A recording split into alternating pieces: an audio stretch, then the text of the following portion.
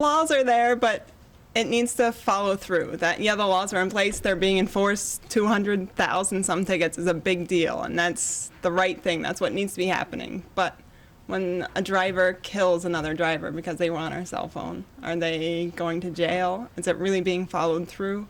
And from what I've seen, people aren't really being punished for the pain that's being caused. So in one of the surveys, almost 30% of kids between the age of 18 or young adults between 18 and 29 admitted to texting while driving. Those are the ones that actually admitted.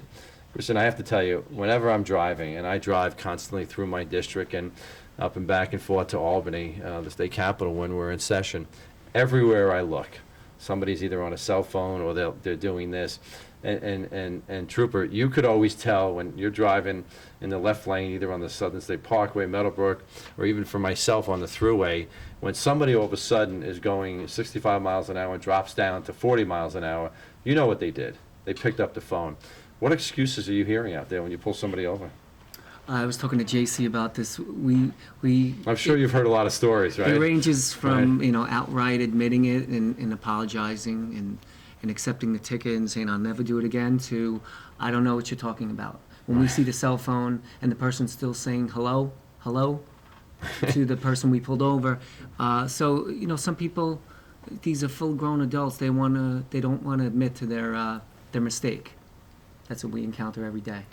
Christian, I mean, what is it? You said before it was the way you were raised. I mean, I'm a parent of 3 kids. I got to question that. We always try to teach our kids, obviously, what's right and wrong. But this age of technology, I want to say more of an obsession. I mean, if I asked how many of you guys and the students that are in the audience actually have cell phones on, you'd probably all raise your hand and say you have it. I mean, how often do you put it down? Do you actually shut it off? Is it the obsession with technology? I think it has to be. I don't think there's any other reason that would cause people to do something so dangerous. And I think it's also that every year that we grow up, there are more inventions, like newer things. So I think it's always on our minds. But it's not only kids, it's adults too. Like, I've witnessed parents texting and driving, so I think it's just the age that we're in, the age of technology. You bring up a very important question that we always face as lawmakers, and I'm sure, Frank, we always talk about this in JC. Is it just the youth of today? There are some people that say if while you have, while you just received your license up to a certain age, if you have a violation, it should be taken away for a year. But it's not just the young kids of today that I are mean, out there. where did they learn it from? Right. We emulate our parents more than anything else we do, and that's where these students are learning how to You drive. came down today from White Plains. I'm sure when you look around, what do you see in a car? People doing everything but driving. And I always say this, it's such a radical idea to think that when we're driving, we should only think about driving. Yeah, maybe it's radical, maybe it's crazy. We shouldn't be drinking coffee and eating soup or anything else.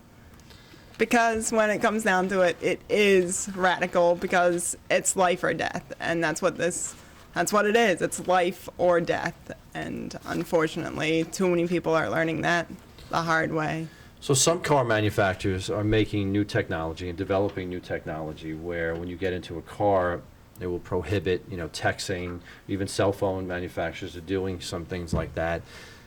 Trooper, is that the answer? To just make sure your phone doesn't ring, you're unable to text? Is that the answer? I'm okay with that. I'm sure you are. It's one life, I'm okay with that. Yeah. But if that's what it comes to, and the car makers think that it's going to make a difference, and it probably will, we're okay with that.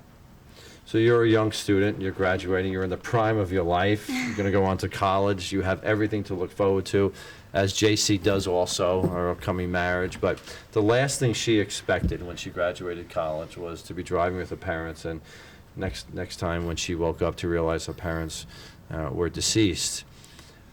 What is it going to take, Christian? What does it take for your peers, for us as adults, to not do this? Or do you say things when you see people doing it? Do you not get it? When you're driving in a car with somebody, do you say, give me your phone?